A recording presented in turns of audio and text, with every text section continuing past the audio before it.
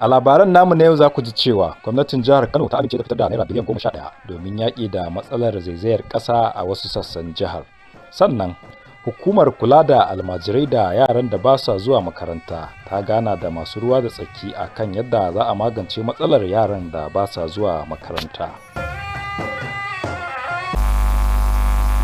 Jama'a assalamu alaikum, barkanmu da sake kasancewa a labaran NTA.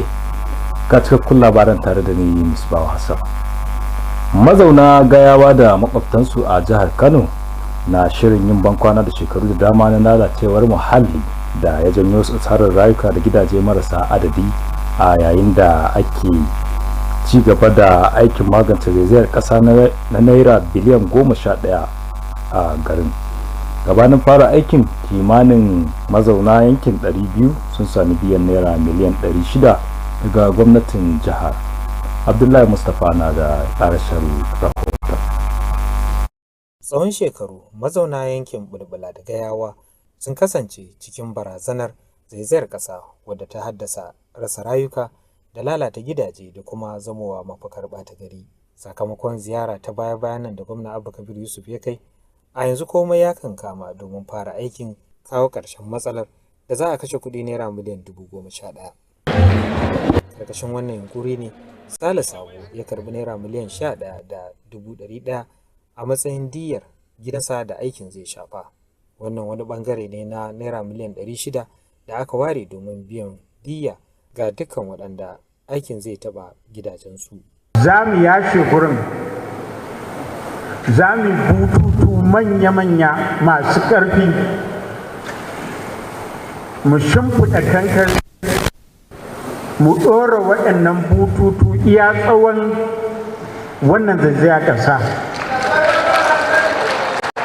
Idan mun sa wannan bututu, za mu kawo ƙasa mu cike gurin,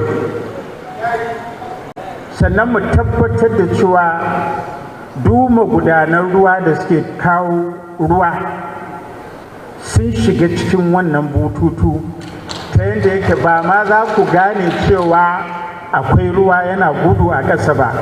Gwamna Yusuf ya bayyana wannan aiki a matsayin wani ci gaba kan kokarin da gwamnatinsa take yi na magance damuwar waɗannan al'ummomi, inda ya yi alkawarin cewa za a sanya ido sosai wajen tabbatar da cewa an yi aiki mai inganci kuma a kan lokaci.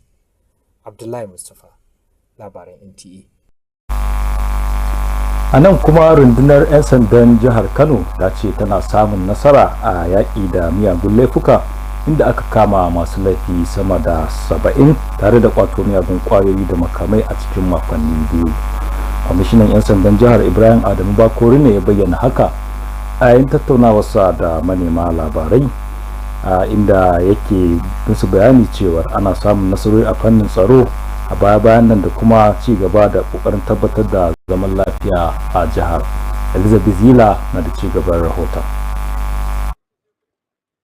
A tsakanin makonni biyu, rundunar 'yan sandar jihar Kano ta yi nasarar cafke wasu mutane 78 da ake zargi da aikata laifuka, tare da samun su da mugayen makamai, miyagun kwayoyi da kuma kudaden jabu. Da yake jawabi ga manema labarai, kwamishinan 'yan sandan jihar Ibrahim Adamu Bakori ya danganta wannan nasara da amfani da sabbin dabarun aiki na tattara jawaban sirri, gudunmawar al'umma da jami'an tsaro da kuma sintirin da aka himmantu wajen aiwatarwa a faɗin sassan jihar. An samu nasarori da dama, wanda dalilan haka an samu raguwar aikata laifuka a jihar Kano, musamman faɗan daba, kwacen waya, ta'ammali da miyagun ƙwayoyi da sauransu. Ɗaya daga cikin nasarar da aka samu ita ce yadda aka cafke kasurgumin dilalin ƙwayoyi Suleiman Ɗanwawu, ɗauke da tilin ƙwayoyi da ake zargin cewar tramol ne. Haka kuma an cafke wani da ake zargi da fashi da makami, ɗauke da bindigogi 2 ƙirar Beretta pistol da kuma harsashi da dama. Daga cikin kayayyakin da aka samu hannun waɗannan masu laifi akwai motoci 8, mashinan a daidaita sahu, kuɗin jabo na sama da naira 300,000, kayan maye da suka hada da codeine, ganyen tabar wiwi da sauransu. Kwamishinan 'yan sandan ya ƙara da alkawarta shirin rundunar na ci gaba da kokari wajen tabbatar da zaman lafiya tare da kare dukiyoyin al'umma a jihar nan. Elizabeth Silalamido, labaran NTA. A nan kuma gwamnatin tarayya ta hannun hukumar kula da almajiri ta ƙasa da kuma yaran da ba sa zuwa makaranta sun haɗa kan masu ruwa da tsaki don yin shawarwari kan dabarun ɗaukar bayanai da kuma rage almajirai. Wakilinmu a wannan wani bangare ne na ƙoƙarin tunkarar ƙalubalen da yaran da ba sa zuwa makaranta da ke ƙara ta'azzara da inganta hanyoyin samar da ilimin ingantacce a ƙasar. Wakilinmu Ibrahim Muhammad ya bayar da rahoton cewa manufar ita ce ganowa, rubutawa da kuma samar da mafita ga miliyoyin yaran da ba sa zuwa makaranta a halin yanzu, musamman wanda ke cikin tsarin almajirai. Taron na da nufin daidaita dabaru a matakin jihohi da hangen nesa na hukumar wajen rage yawan yara da ba sa zuwa makaranta, musamman waɗanda ke cikin tsarin almajiranci. Da kawai dokoki ake yi sai a ba malaman allo a ce ku bi, yanzu malaman allon muke kira ku zo mu yi dokokin tare.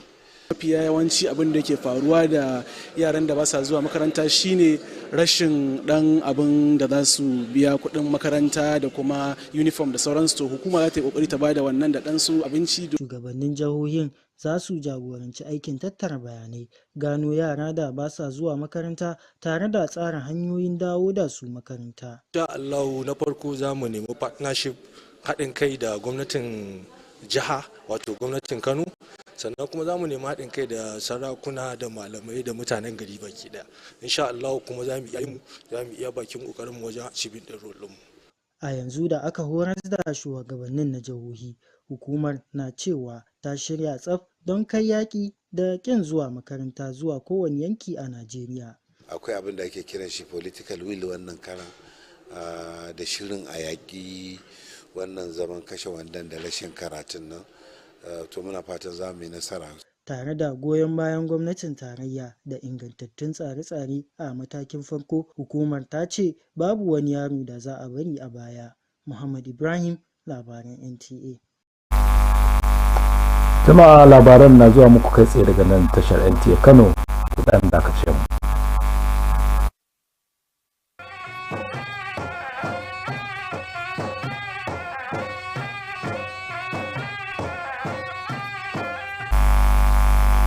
To barkanmu da dawowa, yanzu kuma labaran zai ɗora. Hudubar Juma'a ta wannan makon, wadda babban limami Abdulkadir Haruna ya gabatar, ya tunatar da al'umma kan muhimmancin bautar Allah shi kadai da miƙa wuya a gare shi a kowane lokaci. Wakilinmu wanda ya halarci sallar Juma'a ya rawaito cewa hudubar ta kuma fayyace hanyoyin da aka shar'anta waɗanda ake son muminai su nemi taimako da shiriya daga gurin Ubangiji Maɗaukakin Sarki. Ga rahoton.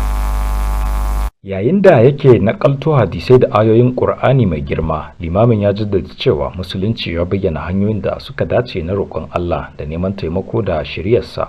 Tawassuli ana nufin kamun kafa, ya halasta bawaye kamun kafa da aikinsa ko da sunayen Allah, ko kuma ya nemi taimakon wani ya yi mishi addu'a ya roƙa masa Allah, wannan dai ya halasta.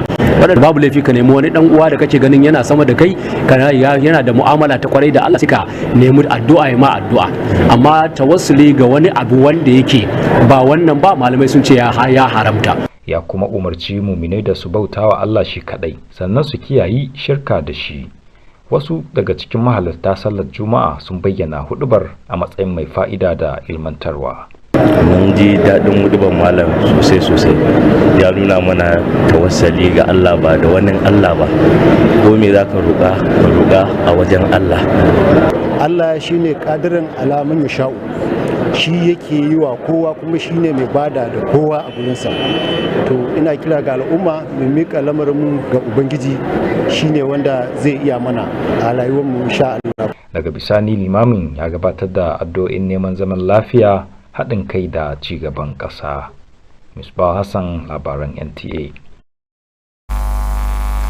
To yanzu kuma lokaci da za mu karɓi labaran wasanni.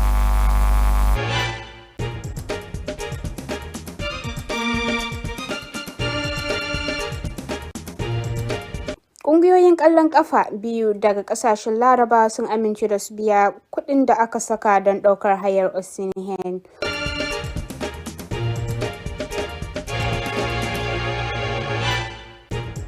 Tsohon ɗan wasan Austria McGill ya tsallake barazanar zaman gidan yari bisa zargin matsalar safarar miyagun ƙwayoyi.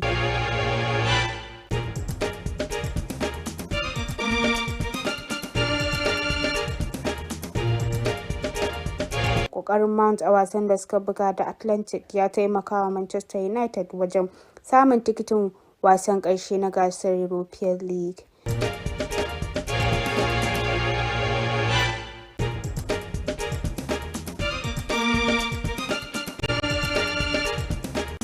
Timberwolves na ƙoƙarin daidaita harkar wasanninsu inda suke fama da rashin ɗan wasan su kori saboda raunin da ya samu. To sai kuma hasashen masana kan yanayi da za a tashi da shi gobe a nan Kano da wasu daga cikin biranen ƙasar nan.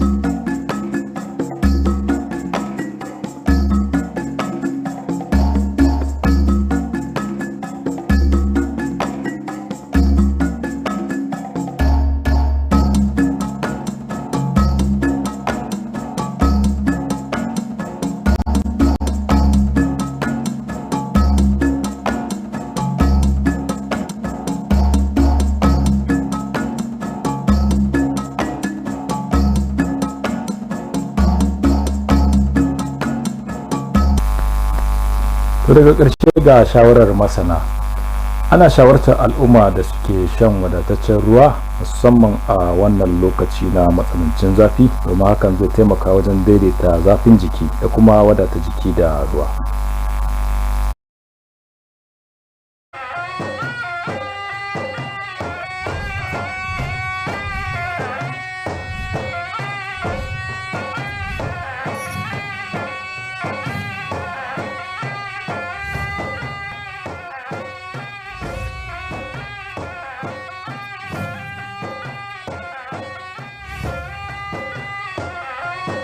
On the news tonight, Kano State government approves 11 billion naira for erosion control projects. Plus, National Almajiri Commission meets stakeholders on how to address challenges of out-of-school children in Nigeria. Hello, good evening. It's nice of you to stay with us. I am Hadiza Muhammad Ali with the full details of the news. Residents of Gayawa and neighboring communities in Kano State are said to bid farewell to decades of environmental degradation that have caused countless lives and harms as 11 billion naira erosion control project gets underway. Ahead of the commencement of the work, about 200 residents received 600 million naira in compensation from the state government. Abdullahi Mustafa reports.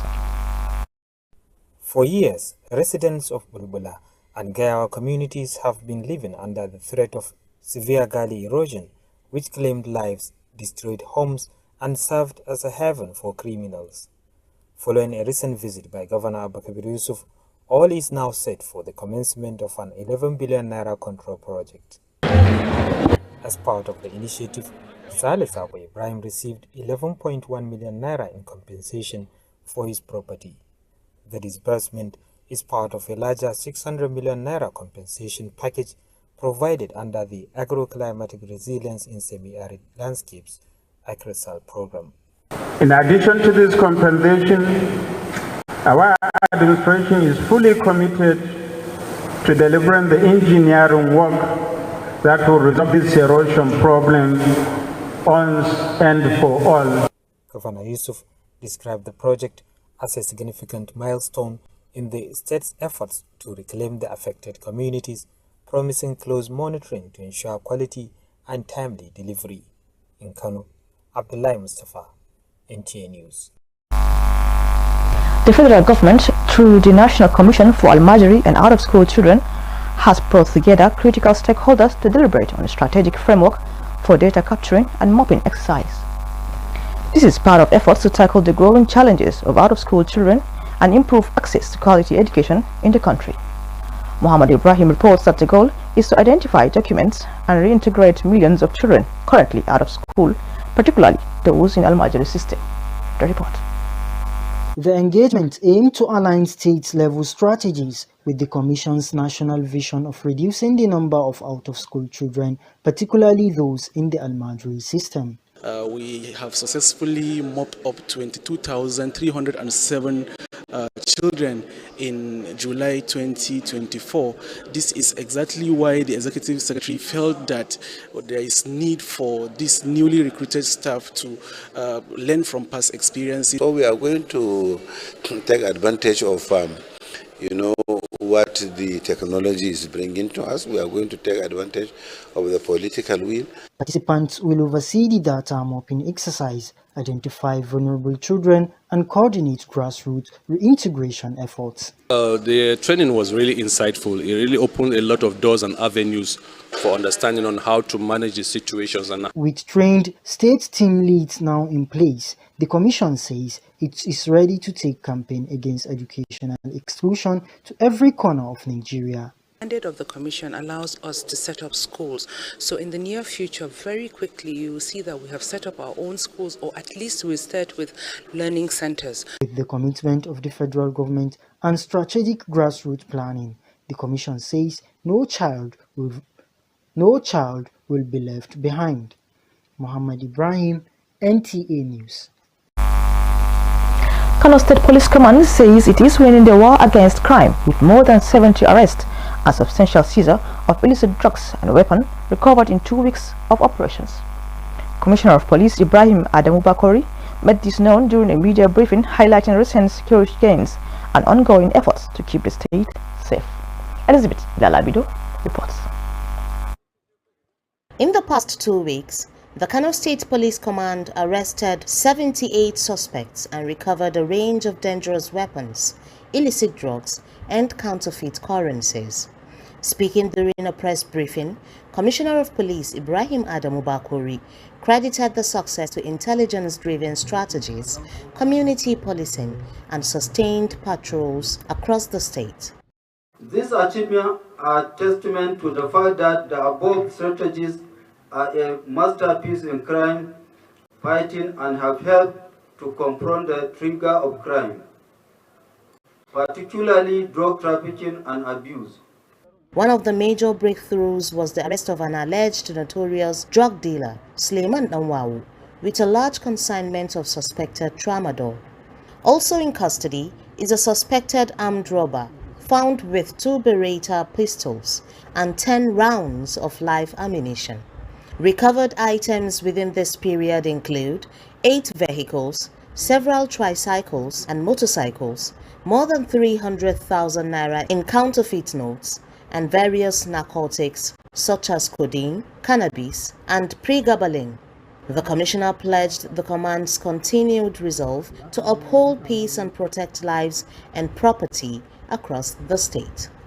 In Kano, Elizabeth Yilalamido, NTA News. You are watching NTA Kano News live from our studios. We shall be back after this time out. Stay with us.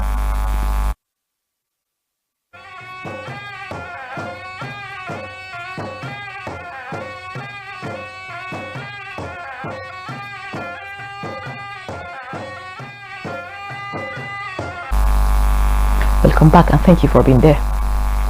This week's Jummah sermon delivered by Imam Abdul Qadir Haruna reminded the Ummah of the importance of worshipping Allah alone and submitting to His will at all times. Ms. Bahu Hassan, who was among the congregants, reports that the sermon also highlighted the prescribed ways in which believers are expected to seek assistance and guidance from Almighty Allah. The report. Quoting from the traditions and Quranic verses, the Imam emphasized that Islam specifies the right ways to implore and seek for the Almighty's support and guidance. Imploration to Allah subhanahu wa ta'ala by His good names and what He describes Himself. Number 2, you can do a very good deed and you make an imploration by asking Allah subhanahu wa ta'ala, requesting Allah subhanahu wa ta'ala to accept your prayer by that good deed which you have acted. Finally, number 3, you can ask somebody, kind person, to make a supplication for you to Allah subhanahu wa ta'ala. He enjoined believers to worship Allah alone and guard against associating partners with Him. Some congregants described the sermon as highly useful and educative. The Imam later offered prayers for peace, unity, and harmonious coexistence in the country. Misbah Hassan, NTA News. Moving on to the world of sport, Amina Mahe is a guide.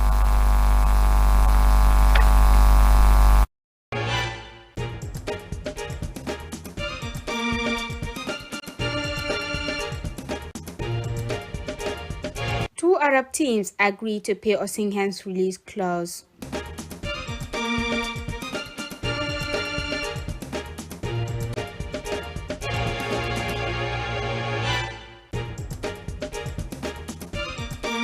As Australian spinner McGill avoids jail over drug deal.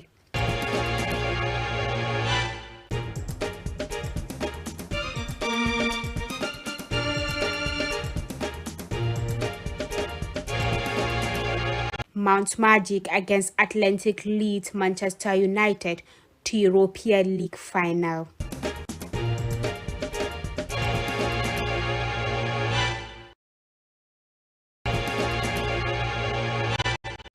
Timberwolves level series as Warriors miss injured Curry.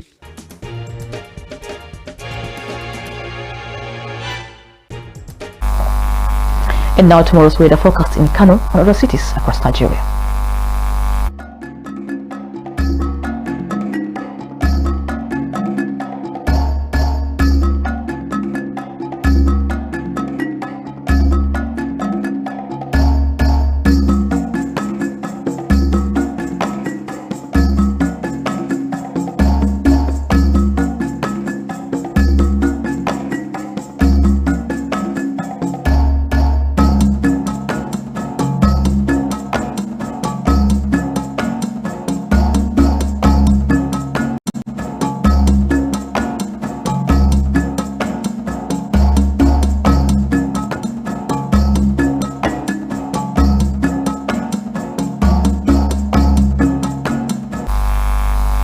That is all on the news tonight, but before you go, a quick reminder from the experts.